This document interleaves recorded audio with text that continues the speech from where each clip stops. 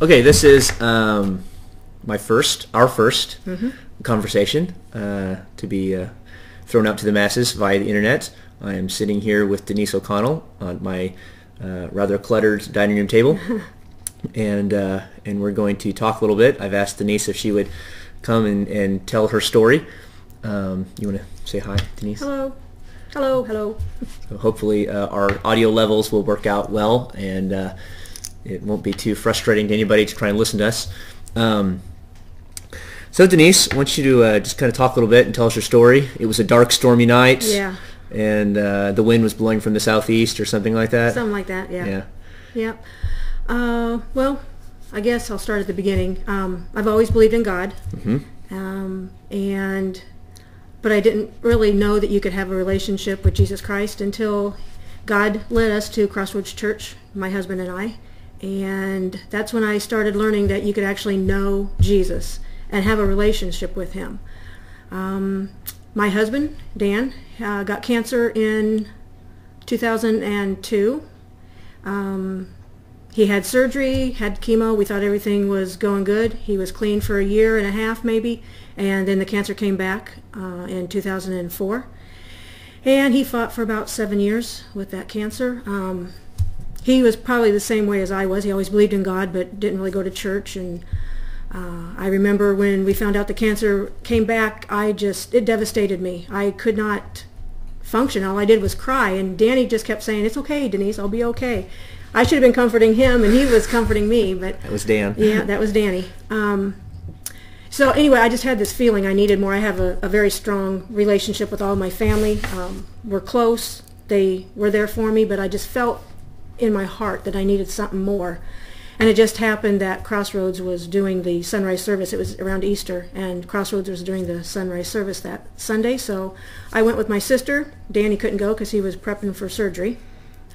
And we've just been going to that church ever since. But I don't know, the cancer just kind of, he fought it for about 7 years. And he was doing real good till about 2008, and then it started spreading.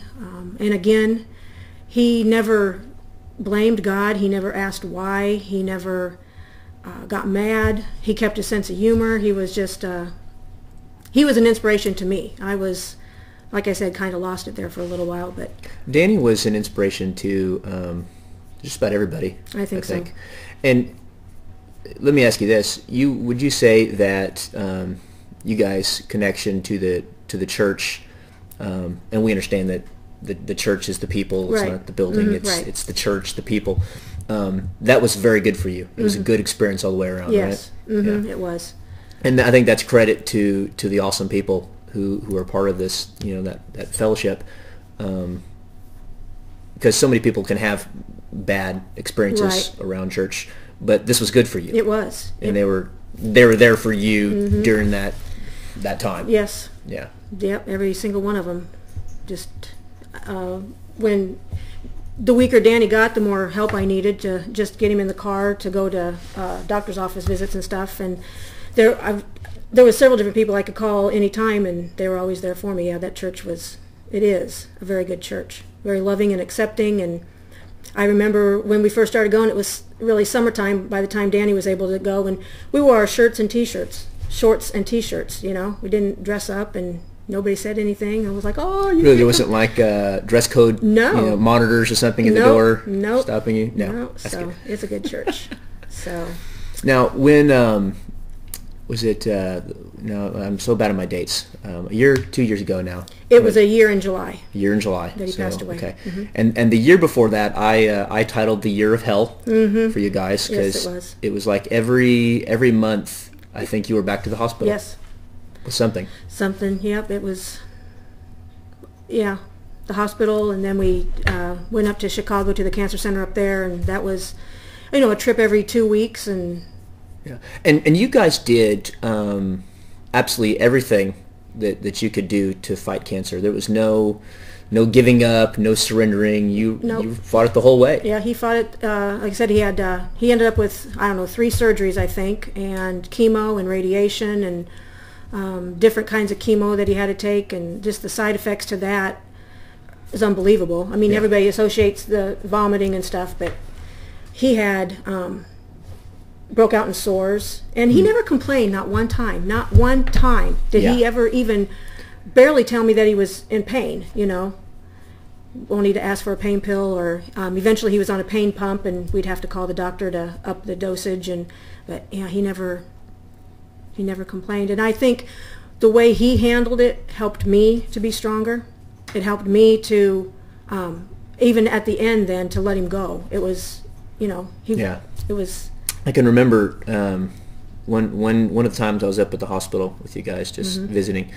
And you'd stepped out of the room for a little while for me to just sit and Dan and I just sit and talk. And I don't even remember the conversation that we had, but it was just one of those awesome moments talking with him. And here's a man who, like you said, never didn't complain, you know, and really didn't even have any questions to me at the moment about why is this happening and what am I going through. It was just it was happening, you know, and he was not afraid of death. He was okay with whatever happened, you know, and it was powerful. It was mind-blowing to me, inspirational, you know. Let's talk about the faith side, because I know during the whole experience, you know, you guys were, and I sure was, and a lot of us, we were praying and hoping and believing for a healing. Yes. For Dan. Was anywhere through there, was there any doubt in your mind of God's ability to heal Dan? Did you question that? How did that work out? I knew God could. I just wasn't sure if he would. Yeah. You know, we prayed for healing a lot, and it just wasn't meant to be. But Danny always said, too, if even one person would come into a relationship with Jesus Christ because of what he went through, all of it was worth it. Oh, man, I'm glad you brought that up. I forgot about that. You're right. And because, I mean, we look at the sickness and we're like, if God would heal him, if God would do a miracle, oh, man, then everybody would know. Yeah, and that's great. Right. And then we could go and tell our story and look at, here is a man who was fought healed. Cancer for 7 years and now it's gone. Ta-da! Right. Yeah. And that would be great. That'd be awesome. And there would still be people who would say, well, it was the medicine, or it was this, or it was that, and people would steal away any of the glory to God that we try to give to him. And there's so much doubt and disbelief concerning healings and things like that. So as much as we would love to say that if God had done it, then something great would happen, apparently God knew otherwise. That's right. You know, because Dan's death actually, I think, has had more impact and a greater impact on people than probably if he had been supernaturally healed. Yeah, I think so too. The healing would have been so over the top. It would have been so wow that I don't think we would have really grasped it. Right. I think, and it would have been like not even real. It'd been like cosmic and fairy tale, and we wouldn't have got it. And it would have been forgotten within a month. Absolutely, it had been forgotten, and life would have moved on. Instead, he died.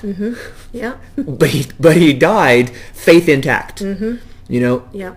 And I tell you what, this was the lesson that I personally got out of the story of all the whole thing. The thing that I got out of it was what kind of faith is greater? The faith that believes for a healing and prays for a healing and sees a healing, or the faith that keeps believing and keeps praying even though no one is ever healed, even though nothing happens. It seemingly doesn't work at all, but you just keep believing. You just keep having faith. And to me, it was just like so obvious which faith is greater. The faith that just keeps believing and never sees anything at all, that's the greater faith. But it's almost like we've been told, or we believed, that if we just have enough faith, then we will see all these great and awesome things happen. And then when they don't happen, it destroys our faith. Right. And it's like the focus gets off of God himself and gets onto what God's doing. It's like, or what we want God to do. Yeah, what he's not doing. What he's not doing, what we want him to do. Right. You know, and well, you know, and there's an old saying that says, you know, seek God's face and not his hand.